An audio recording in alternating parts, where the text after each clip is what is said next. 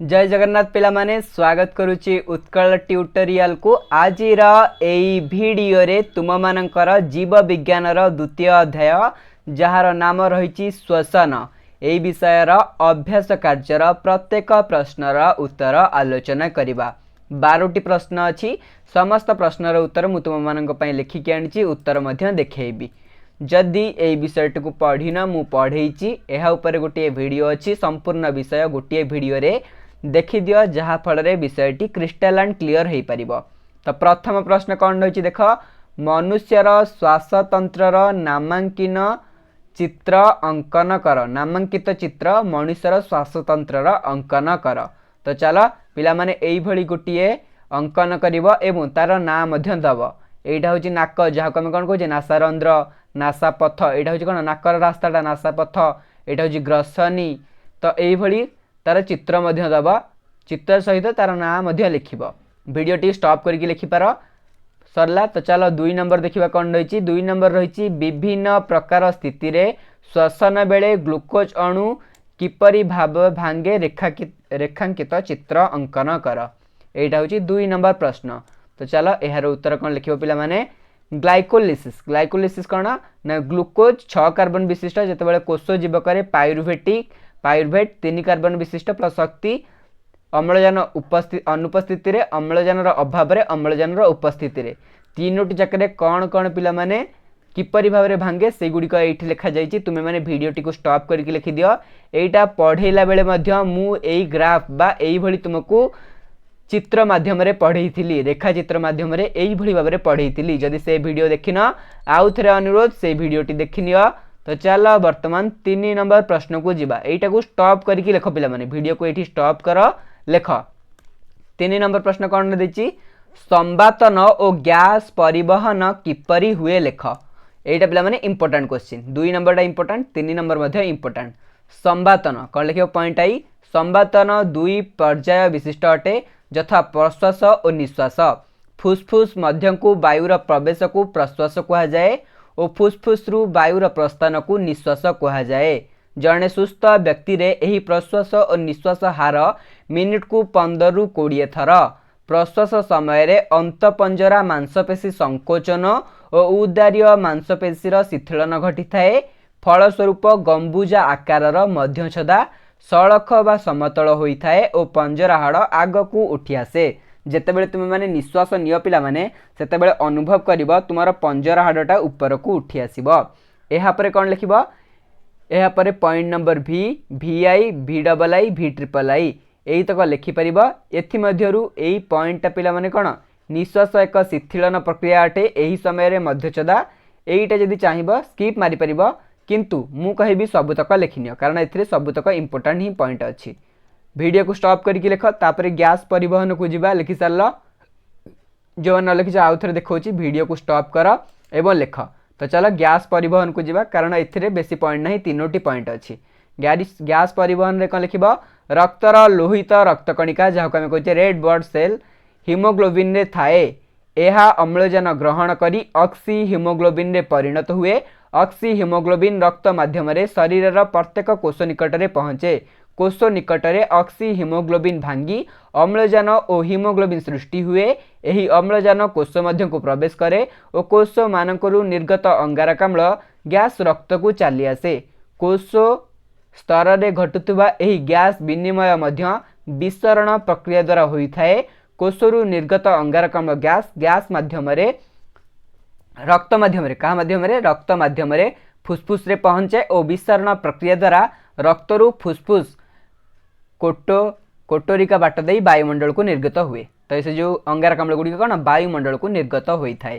तो यहाँ को वीडियो को पॉज करके जब लिखा चाहूँ लिखिनियो सरला पिला माने गैस विनिमय 2 नंबर वर्तमान 4 नंबर प्रश्न कौन रही देखा 4 नंबर रही वायु अपजीवी शोषण वायु अपजीवी श्वासन मध्य पार्थक्य लिख 3 मार्किया इंपोर्टेंट। तो चलो पार्थक्य कौन लिखिबो पिला माने एही भली पार्थक्य लिखिबो 4टी लेखा पॉइंट वायु उपजीवी शोषण यही शोषण अम्लजान आवश्यक किंतु वायु अपजीवी रे अम्लजान अनावश्यक एथिरे अधिक शक्ति उत्पन्न होई 38टी एटीपी अणु गठन हुए एथिरे कम शक्ति उत्पन्न होई 2टी एटीपी अणु गठित हुए एथिरे अंगारकाम्ल और जल मुक्त होता है। एथिरे इथानल सुरासार बा लैक्टिक अम्ल सृष्टि होता है। एथिरे ग्लूकोज संपूर्ण जारण हुए। एथिरे ग्लूकोज रो असंपूर्ण जारण हुए। वर्तमान 5 नंबर प्रश्न कौन रही देखा कोशीय श्वसन कौन ग्लाइकोलिसिस और साइट्रिक अम्लचक्र विषय रे लेख। तो चलो यार उत्तर रे कौन लिखे पिला माने कोश मध्य अम्लजान उपस्थिति रे ग्लूकोज जारण सह शक्ति मोचन प्रक्रिया को कोशीय शोषण कहती। यह 3 पर्याय घटी थाए यथा ग्लाइकोलिसिस साइट्रिक अम्लचक्र इलेक्ट्रॉन परिवहन संस्था। वर्तमान वीडियो को स्टॉप करके ग्लाइकोलिसिस विषय रे लेख 3टी पॉइंट कौन लिख कोष जीवक झिल्ली द्वारा आवृत एठारे ग्लाइकोलिसिस प्रक्रिया संपादित हुए। प्रथम सोपान रे 6 कार्बन युक्त ग्लूकोज अणु एटीपी ग्रहण करी उद्दीपित हेबा द्वारा 3 कार्बन युक्त शर्करा रे विभक्त हेब। द्वितीय सोपान रे 3 कार्बन युक्त शर्करा जैविक रासायनिक क्रिया द्वारा पाइरुविक अम्ल रे परिणत हेब। शक्ति मुद्रा एटीपी और सहकारक NADH2 उत्पन्न हुए। तापरे साइट्रिक अम्लचक्र लिखिब। एतिकी लिखिला परे 5 नंबर सरीब। वीडियो को स्टॉप कर यही 3टी पॉइंट लिख। तापरे आमे 6 नंबर प्रश्न को जिबा कौन रही देख कोशीय श्वसन आधार विषय रे लिख। तो चलो उत्तर रे कौन लिखिब कोशीय श्वसन र आधार। प्रथम पॉइंट कोश भितरे कोश जीवक थाए। कोश जीवक कोश झिल्ली द्वारा आवृत विभिन्न अंगिका एंजाइम और पोषक अणु थाए। माइट्रोकॉन्ड्रिया अंगिका द्विस्तर झिल्ली द्वारा आवृत। यह भीतर रसपूर्ण मैट्रिक्स थाए। एथिरे विभिन्न जैविक अम्ल एंजाइम लिपिड प्रोटीन अणु थाए। द्विस्तरीय झिल्ली रे अंतझिल्ली भांग को क्रिस्ट कुहा जाए। मैट्रिक्स रे साइट्रिक अम्लचक्र और अंतझिल्ली रे इलेक्ट्रॉन परिवहन संस्था कार्य करि थाए। एटा होछि पिला माने 6 नंबर प्रश्नर उत्तर सरला। तो चलो वर्तमान आम 7 नंबर प्रश्न कौन रही देखा। 7 नंबर प्रश्न कौन रही पिला माने इलेक्ट्रॉन परिवहन संस्था र विवरणी दियो। तो वर्तमान लिखिबा इलेक्ट्रॉन परिवहन संस्था। प्रथम पॉइंट माइट्रोकॉन्ड्रिया अंतझिल्ली रे इलेक्ट्रॉन परिवहन संस्था कार्य करिथाए। एही संस्थाटी विभिन्न प्रोटॉन और इलेक्ट्रॉन वाहक अणु द्वारा गढ़ा। सहकारक NADH2 और FADH2 अणु प्रक्रियाकरण होई एटीपी तैयारी हुए। विजारित सहकारक गुड़िकरू इलेक्ट्रॉन बाहरी वाहक अणु श्रृंखला माध्यम मध्यवर्ती स्थान को स्थानांतरित हुए। शेष पॉइंट वाहक अणु एक एंजाइम द्वारा इलेक्ट्रॉन सह द्रवीभूत अम्लजान को मिसाई जल सृष्टि करे। इलेक्ट्रॉन गति द्वारा 2 झिल्ली मध्यस्थ अंतवर्ती स्थान रे प्रोटॉन जमा हुए। एही प्रोटॉन गति सक्षम बल तैयारी करे। एही बल को उपयोग करी एटीपी सिंथेज नामक एंजाइम एटीपी प्रस्तुत करे। एटीपी सिंथेसिस बा एटीपी सिंथेज नामक एंजाइम एटीपी प्रस्तुत करे। जो मैंने वीडियो को स्टॉप करी लिखा चाहूँ लिखिपार।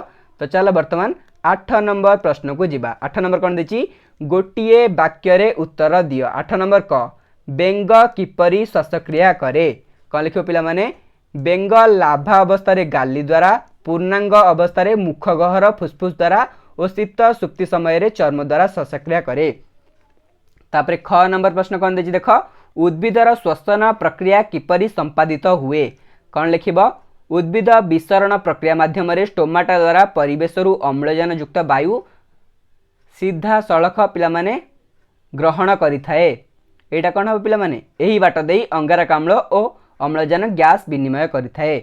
परिवेश पिला माने उद्भिदर श्वसन रे कौन अम्लजान व्यवहार करे किंतु जेतेबेले से खाद्य प्रस्तुत करे सेतेबेले अंगारकाम्ल व्यवहार करे। सरला वर्तमान चलो ग नंबर प्रश्न को जिबा। ग नंबर कौन देछि श्वसनर कारक गुड़िक कौन। तो चलो यार उत्तर मध्य लिखिबा श्वसनर कारक गुड़िक कौन लिखिबा श्वसनर कारक गुड़िक हेउछि अम्लजान अंगारकाम्लर सांद्रता खाद्य उत्पादन परिमाण तापमात्रा कोशरे विपाचकर उपस्थिति परि विभिन्न प्रकार कारक मानक द्वारा श्वसन क्रिया नियंत्रित। बुझिपाल एतक न लिखिले मध्य चलिबो। एतक न लिखिले मध्य चलिबो सीधा लिखिदेव अम्लजान अंगारकाम्लर सांद्रता खाद्य उत्पादन परिमाण तापमात्रा और कोशर विपाचकर उपस्थिति श्वसनर कारक गुड़िक एतिक लिखिले तुमर हो जिवो।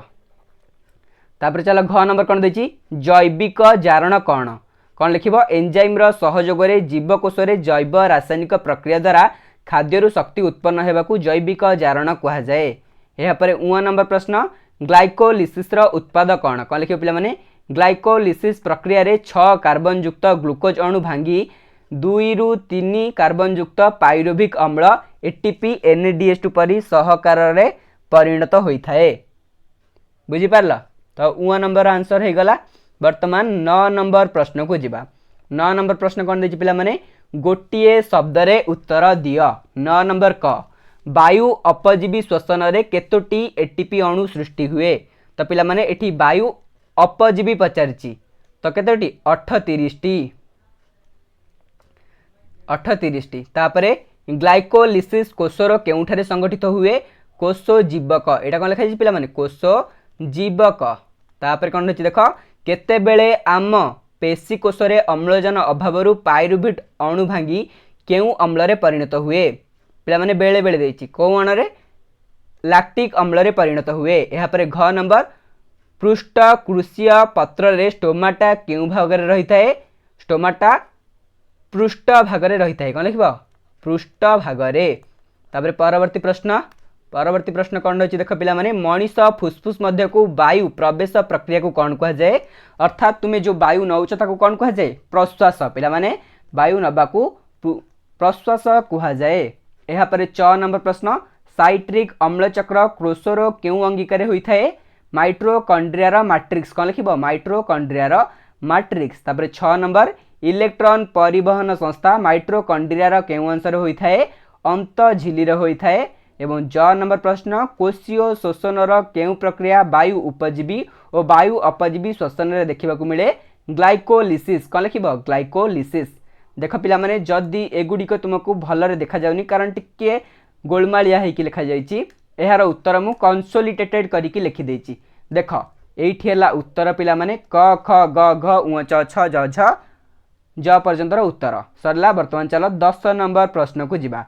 10 नंबर कौन देछि शर्करार रासायनिक संकेत C6H12O6 ग्लूकोज भांगी 3 अंगारक विशिष्ट 2टी पाइरुविक अम्ल अणुरे परिणत हुए। जीवकोषर शक्ति केन्द्र डैश माइट्रोकॉन्ड्रिया जीवकोषर शक्ति केन्द्र कौन पिला माने माइट्रोकॉन्ड्रिया। कॉन्ड्रिया केमती लिखिबो एमती लिखिबो स्पेलिंग सदा बेले ठीक करियो पिला माने माइट्रोकॉन्ड्रिया। तापरे पत्रर डैश देई उद्भिद रे गैस विनिमय हुए पत्रर स्टोमाटा देई उद्भिद रे गैस विनिमय हुए।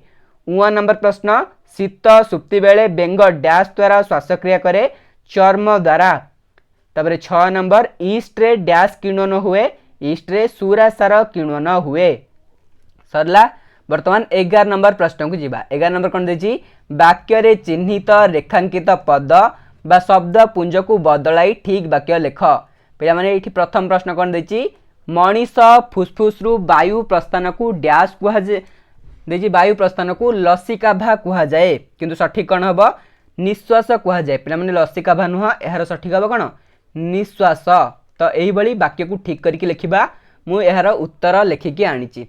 तो देख पिला माने एठी उत्तर अच्छी आशा करुच्ची देखा जाउथबो क नंबर उत्तर कौन लिखिबो मनीष फुसफुस रु वायु प्रस्थान को निश्वास कह जाए।